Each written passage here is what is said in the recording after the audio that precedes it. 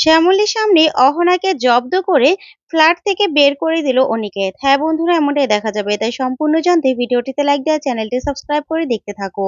গল্পের শুরুতে দেখা যাবে অনিকেত বাসায় এসে খুবই ভেঙে পড়ে আর অহনার সাথে কাটানো সেই মুহূর্তগুলো কথাগুলো ভাবতে থাকে। আর অহনা আগে কেমন ছিল সেই কথাগুলো ভাবতে থাকে। আর আজকে যা শুনেছে সেইগুলো ভাবতে থাকে আর বলতে থাকে, একটা মানুষ এতটা চেঞ্জ হতে পারে, একটা মানুষ এতটা পাল্টে যেতে পারে।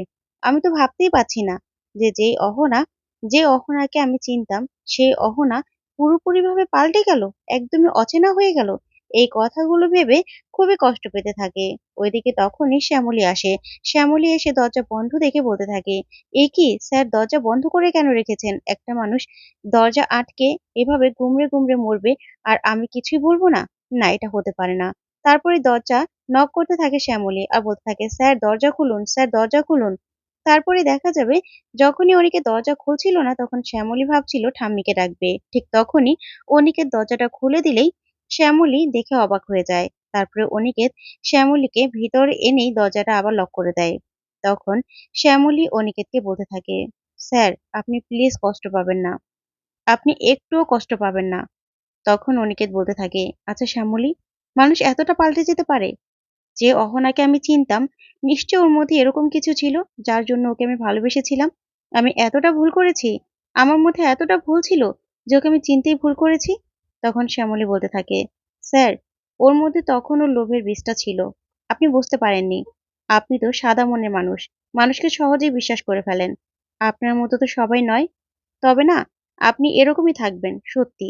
আপনাকে সামলানোর জন্য তো আমি আছি, আমি আপনাকে সামলে নেব। আমি আপনার পাশে আছি স্যার। আপনি একদম ভাববেন না এই সবকিছু নিয়ে। তখনই এই কথা শুনে অনিকেত পুরো অবাক হয়ে যায়। তারপরে অনিকেত শ্যামলীকে বলতে থাকে, শ্যামলী থ্যাংক ইউ। তখন শ্যামলী অবাক হয়ে যায় অনিকেতের মুখে এমন কথা শুনে। তারপরে দেখা যাবে অনিকেত শ্যামলীকে বলতে থাকে, আমি সত্যি ভুল করেছিলাম। আমি ভালোবাসার যোগ্যই নই আসলে। আমি একটা লনসেন্স। যা শুনে শ্যামলী পুরো চমকে যায়। তারপরে দেখা যাবে শ্যামলী অনিকেতকে বলতে থাকে, না না স্যার, আপনি একদম ভেঙে পড়বেন না। একটা মানুষ আপনাকে কষ্ট দিয়েছে তার মানে এই নয় যে আপনি ভালোবাসার যোগ্য নন। আপনি ভালোবাসার যোগ্য। আমি এটা প্রমাণ করে দেব। আপনি ভালোবেসে আর কোনোদিনও কষ্ট পাবেন না। দেখবেন আর কোনোদিনও কষ্ট পাবেন না। আপনাকে আমি কোনোদিনও কষ্ট পেতে দেব না। আমি আপনাকে আগলে রাখবো। আগলে আগলে রাখবো। আপনাকে আমি ভালো রাখবো। তখন এই কথা শুনে অনিকেত শ্যামলীর দিকে তাকিয়ে থাকে। তারপরে দেখা যাবে হঠাৎ করেই অনিকেতের ফোনে একটা ফোন আসে। তখন ফোনটা রিসিভ করলেই অনিকেত শুনতে পায় অহনার বন্ধু ফোন করেছে। ফোন করে বলতে থাকে, অনিকেত দা, আপনাকে একবার একটু এখানে আসতে হবে। অহনার কি হয়েছে কে জানে, বাহির থেকে এসে জামা কাপড় গুছোচ্ছে আর বলছে ও এখান থেকে থাকবে না, ও এখান থেকে চলে যাবে, কেমন পাগলের মতো করছে। তখনই অনিকেত বলতে থাকে, ওকে একটু ওয়েট করতে বলো, আমি আসছি। তারপরে দেখা যাবে শ্যামলী বলতে থাকে, স্যার কে ফোন করেছিল? অহনার কিছু হয়েছে? তখন অনিকেত কিছু না ভেবেই শ্যামলীর হাত ধরে টেনে বাহিরে নিয়ে নিচে নামতে থাকে। ওইদিকে দেখা যাবে তৃষা অপরাজিতাকে বলতে থাকে, মামি তুমি একদম চিন্তা করো না। আসলে শ্যামলীর মুখে তো আমরা এসব কথাগুলো শুনেছি, দাদা ভাইয়ের মুখ থেকে তো শুনিনি। তার মানে শ্যামলী একদমই তো অহনাকে সহ্য করতে পারে না, তুমি তো জানো। তাই শ্যামলী বাড়িয়ে বাড়িয়ে বলেছে, দেখবে দাদা ভাই ঠিক অহনার কাছে যাবে। আর তুমি একদম এগুলো নিয়ে ভেবো না তো। ঠিক তখনই অনিকেত শ্যামলীর হাত ধরে টেনে দরজা দিয়ে নিয়ে বেরিয়ে চলে যায়। তখন অপরাজিতা অনি অনি বলে অনেকবার ডাকে, কিন্তু অনিকেত কিছুতেই শোনে না। তারপরে তিশা বলতে থাকে, দেখেছো তো মামি, তোমাকে আমি যেটা বলেছিলাম। নিশ্চয় শ্যামলী অহনার নামে মিথ্যে কথা বানিয়ে বানিয়ে বলেছে, তাই তো উনি দাদাভাই রাগ হয়ে গেছে ওর ওপর, রেগে ওকে নিয়ে টেনে চলে যাচ্ছে। দেখেছো তো আমি যেটা বলেছিলাম। তখনই অপরাজিতা বলতে থাকে, জানি না তিশা, তবে আমার ছেলেটা যেন ভালো থাকে, ও যেন কোনো কষ্ট না পায়, আমি শুধু সেটাই চাই।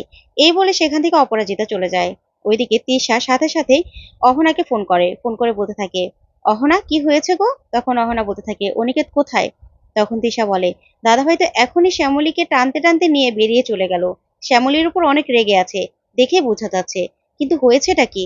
তখন অহনা বলতে থাকে, আসলে শ্যামলী এমন একটা কাণ্ড করেছে না, যার জন্য আমি অসুস্থ হয়ে পড়েছিলাম। তাই অনিকেত আমার কাছে আসছে, তুমি একদম চিন্তা করো না, আমার কাছে আসছে। তখন তিশা বলতে থাকে, আসলে কি ঘটেছিল, কি হয়েছিল বলো তো? তখন অহনা বলে, আসলে ফোনে এত কিছু বলা যাবে না, দেখা হলে বলবো, ঠিক আছে? এই বলে অহনা ফোনটা রেখে খুশি হয়ে যায় আর বলতে থাকে, এখনো অনিকেত আমার কথা ভাবে, এখনো আমার কষ্টে ও কষ্ট পায়। তার মানে ভালোবাসাটা এখনো আছে, কোথাও মরে যায়নি। এই বিশ্বাসটাকে আমাকে কাজে লাগাতে হবে। যে করে হোক কাজে লাগাতে হবে। অনিকেতের বিশ্বাস আমাকে জিততেই হবে। এই বলে অহনা নাচতে থাকে। তারপরে দেখা যাবে ওর বান্ধবী যখন অনিকেত আসে তখনই বলতে থাকে, অনিকেত দা আপনি এসেছেন? অহনা ওর রুমে আছে। ওইদিকে অহনা চিৎকার করে বলছে, কে এসেছে রে? পায়েল এসেছে? আমি এখানে থাকবো না, আমি একদমই থাকবো না। সেটা অনিকেত বলুক আর যেই বলুক, আমি কারো কাছ থেকে কিছুই চাইবো না আর কিছুই নেব না। আমি এখান থেকে চলে যাব। তারপরে দেখা যাবে অনিকেত তখনই অহনার রুমে যায় আর শ্যামলী আর ওর অহনার বন্ধুও পিছন পিছন যায়। তারপর অনিকেত বলতে থাকে, না অহনা, তুমি কোথাও এখান থেকে যাবে না। তারপরেই শ্যামলী অবাক হয়ে তাকিয়ে থাকে অনিকেতের মুখে এরকম কথা শুনে। তখন অহনা বলতে থাকে, আমি কি করব? আমি এখানে থাকতে পারবো না। আমার তো কিছুই নেই। আমি তো ছোটবেলা থেকে অনেক কষ্ট করে বড় হয়েছি। তুমি তো সোনার চামচ নিয়ে বড় হয়েছো। তুমি কি বুঝবে আমাদের কষ্ট? আর মেয়েরা কত যে কষ্ট পায় সেটা তুমি কি করে জানবে? না, আমি এখানে থাকবো না। আমি যা পারি তাই করব। দরকার হলে স্টেশনে গিয়ে থাকবো। তারপরে অনিকেত বলতে থাকে, হ্যাঁ আমি বুঝতে পারছি, তোমার কষ্টটা বুঝতে পারছি। তখনই অহনা মনে মনে খুশি হয়ে যায় আর বলতে থাকে, এই তো কাজ হচ্ছে। ঠিক তখনই অনিকেত বলে ওঠে, খুব ভালো স্ক্রিপ্ট লিখেছো তাই না? এই বলে অনিকেত হেসে দেয়। তখন অহনা বলে, কি বলছো তুমি? স্ক্রিপ্ট লিখেছি? তখন অনিকেত বলে, হ্যাঁ, খুব ভালো স্ক্রিপ্ট গুলো বলেছো। আমার জায়গায় অন্য কেউ থাকলেও গলে যেত। হ্যাঁ, আমার মনটাও গলে যাবে। কিন্তু না, অহনা, তোমার আসল রূপটা আমি দেখে ফেলেছি। তুমি, তোমার মতো মেয়ে স্ট্রাগেলের কি বোঝো তুমি? কি বোঝো? এভাবে কোনোদিনও থাকাকে স্ট্রাগল বলে না। কোনো কিছু এভাবে পাওয়া যায় না, বুঝেছো? এই যে শ্যামলী, শ্যামলীকে দেখো তুমি। শ্যামলী মেয়েটা এখানে এসে হারিয়ে গিয়েছিল। ওর কোনো কোনো লক্ষ্য ছিল না। ও কি করবে, কোথায় যাবে, কোনো কিছু ও জানতো না।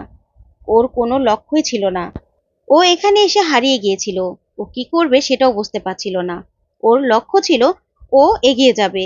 তাই এখন আজকে এই পর্যন্ত এসেছে ওর কারণে। ও এখন গ্রেট বেঙ্গলের একটা ইম্পর্টেন্ট পার্ট। সেটা ও এমনি এমনি হয়নি। অনেক স্ট্রাগল, অনেক কিছু করে আজকে এইখানে পৌঁছেছে। আর তুমি, তুমি নিজেকে স্ট্রাগল বলছো? না, তুমি কিচ্ছু করনি। তুমি সহজে সবকিছু পেতে চাও। না, সহজে সবকিছু পাওয়া যায় না। তাই তোমাকে বলছি, যে সুযোগটা তুমি পেয়েছো জীবনে, বারবার সুযোগ পায় না। তখন এই কথা শুনে অহনা পুরো চমকে যায়। তারপর অনিকেত বলতে থাকে, শোনো অহনা, জীবন মানুষকে বারবার সুযোগ দেয় না। যে সুযোগটা তুমি পেয়েছো, মাথার উপরে ছাদ পেয়েছো আর গলায় সুর আছে, তাই সেই সুযোগটাকে তুমি কাজে লাগাও। জীবনে কিছু তো করতে পারোনি, এখনো এই সুযোগটা হারালে তুমি কিছুই করতে পারবে না। কারণ তোমার জীবনে কোনো ফোকাস নেই। ফোকাস না থাকার কারণে তোমার আজকে এই অবস্থা।